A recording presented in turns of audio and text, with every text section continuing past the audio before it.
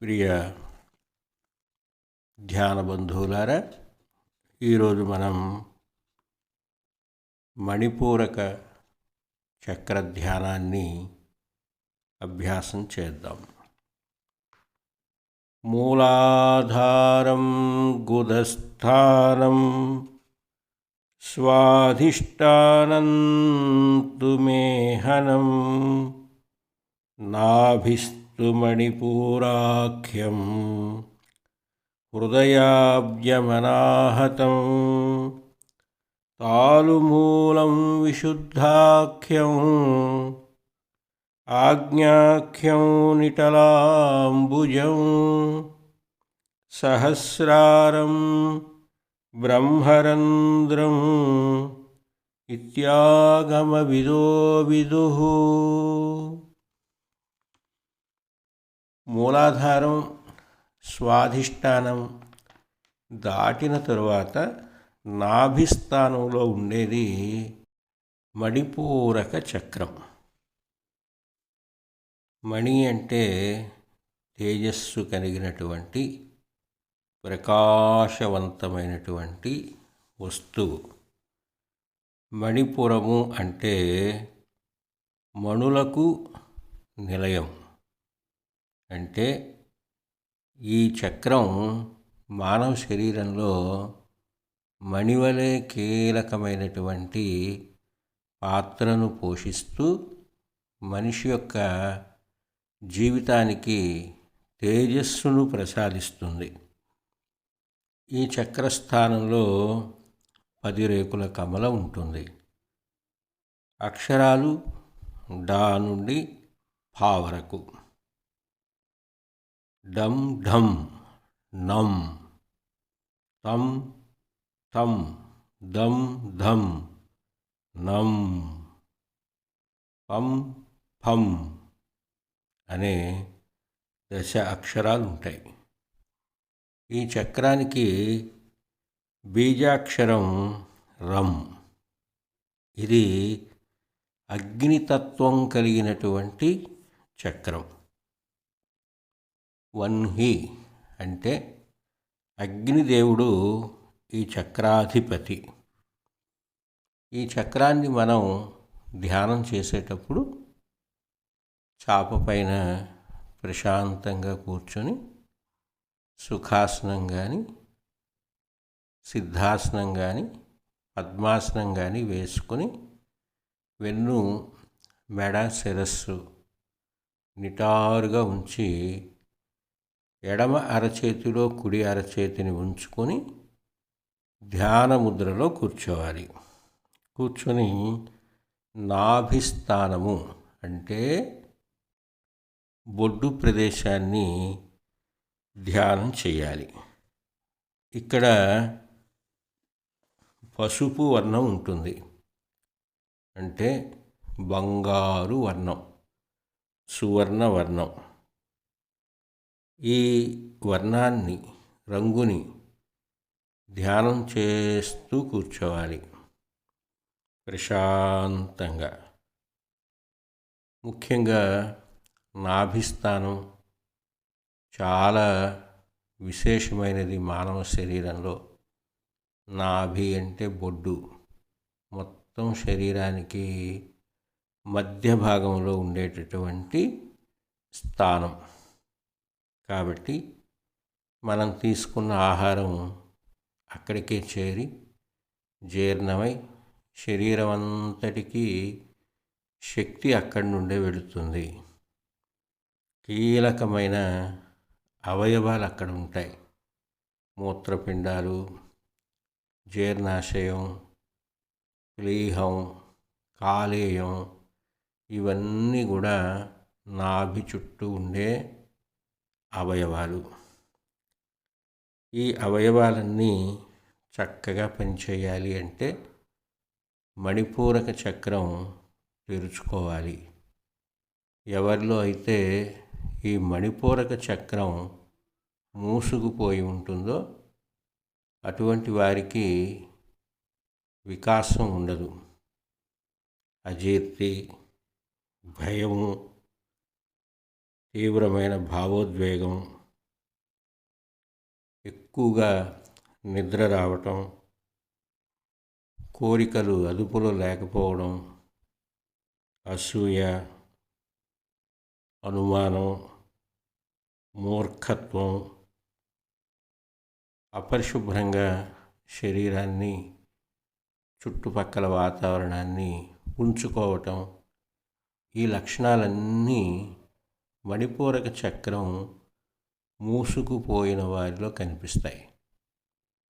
ధ్యానం ద్వారా, ఆహార నియమాల ద్వారా, యోగాసన అభ్యాసం ద్వారా, గురువాక్య శ్రవణం ద్వారా ఎవరైతే చక్కటి ధ్యానాన్ని అభ్యాసం చేస్తారో వారిలో క్రమంగా మణిపూరక చక్రం వికసించి కుండలిని శక్తి ఊర్ధ్వగమనం చెందుతూ వారు గొప్ప వికాసాన్ని పొందుతారు.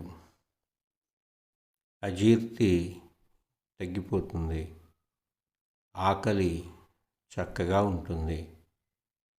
ఉదరంలో సమస్యలు లేకపోవడం వల్ల వారి మనస్సు ప్రశాంతపడుతుంది.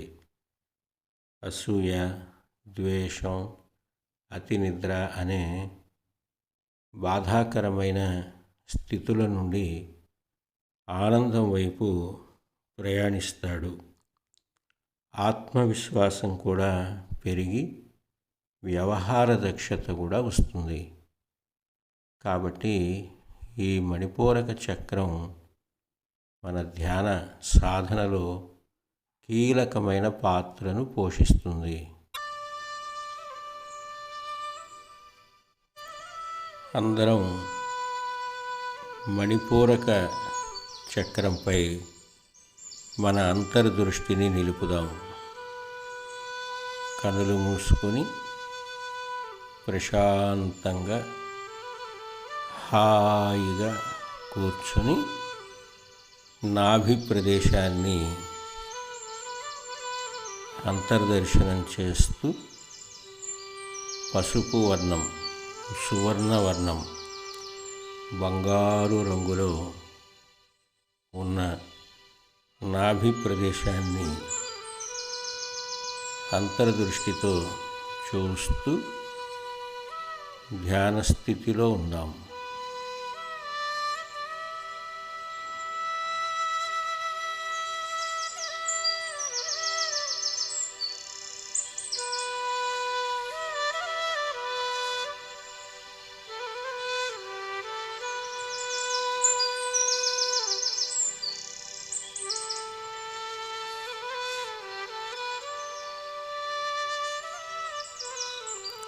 మిత్రులారా, కనులు తెరవకండి,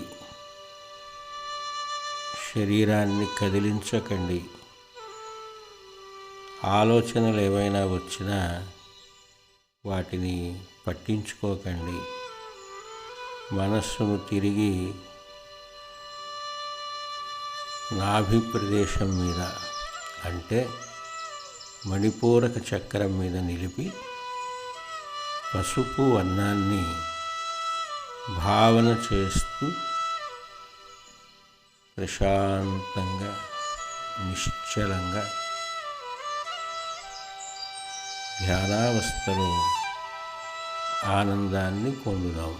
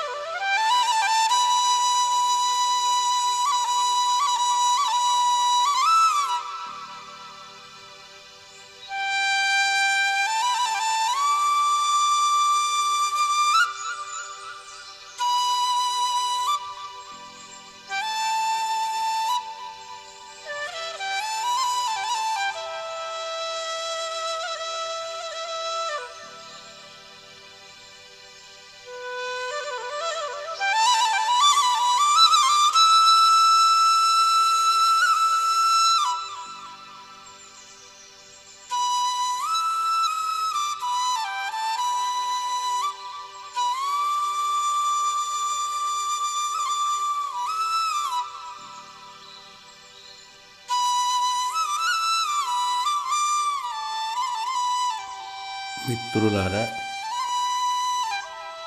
ఈ మణిపూరక చక్రానికి దేవత లాకినీ దేవత. గుడాన్న ప్రీతి మానస సమస్త భక్త సుఖద లాకిన్యాంబ స్వరూపిణి అన్నారు. గుడాన్నము అంటే బెల్లపు పులగం, చక్ర పొంగలి. చక్ర పొంగలిని నైవేద్యంగా ఆహారంగా స్వీకరిస్తే మణిపూరక చక్రానికి అధిదేవత అయిన లాకినీ దేవత సంతృప్తి చెందుతారు. అజీర్ణ వ్యాధి తగ్గిపోతుంది, మలబద్ధకం తగ్గిపోతుంది, శరీరంలో శక్తి పెరుగుతుంది, ఆత్మవిశ్వాసం వృద్ధి అవుతుంది, కోపం, అసూయ, అసహనం లాంటి దుర్గుణాలు దూరమైపోతాయి. కుండలిని శక్తి మరొక్క అడుగు ముందుకు వెళ్ళడానికి ఈ చక్రం దోహదం చేస్తుంది. అందుకనే నాభిస్థానం పైన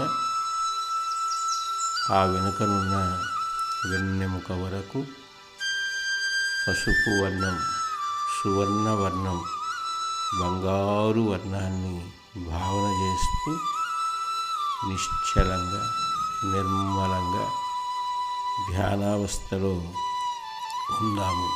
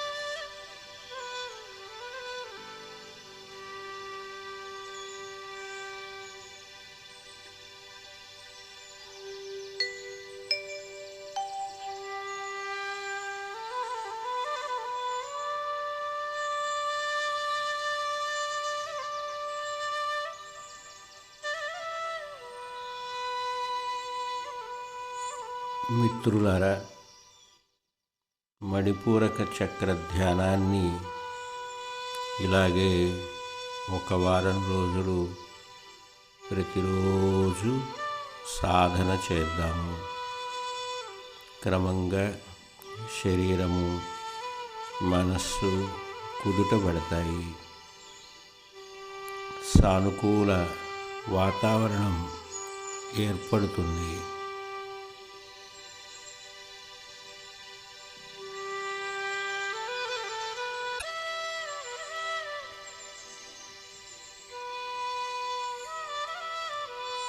పగలు వృత్తి వ్యాపారాలు చూసుకొని సాయంకాలం ప్రశాంతమైన స్థలంలో ప్రశాంతంగా 15 నిమిషాలు ప్రతిరోజు ఇలాగే ధ్యానం చేస్తూ ఉంటే క్రమంగా శారీరక వ్యవస్థ అనుకూలంగా మారుతుంది. ధ్యాన స్థితి మనస్సుకు అలవాటు అవుతుంది. పరిస్థితులు సానుకూలంగా మారుతాయి. దైవానుగ్రహం, ప్రకృతి యొక్క ఆనుకూల్యత కలిగి సుఖశాంతులతో జీవితం వర్ధిల్లుతుంది.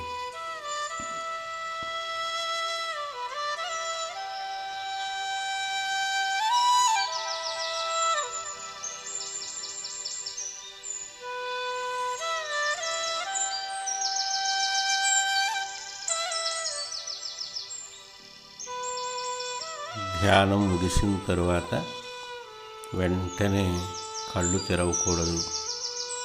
పెద్దగా మాట్లాడకూడదు, పెద్ద పెద్ద శబ్దాలను వినకూడదు.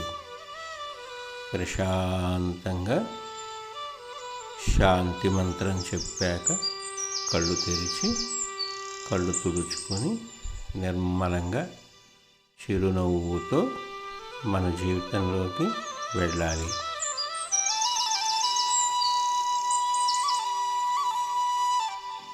ఓం సర్వే జనాః సుఖినో భవంతు, లోకాః సమస్తాః సుఖినో భవంతు.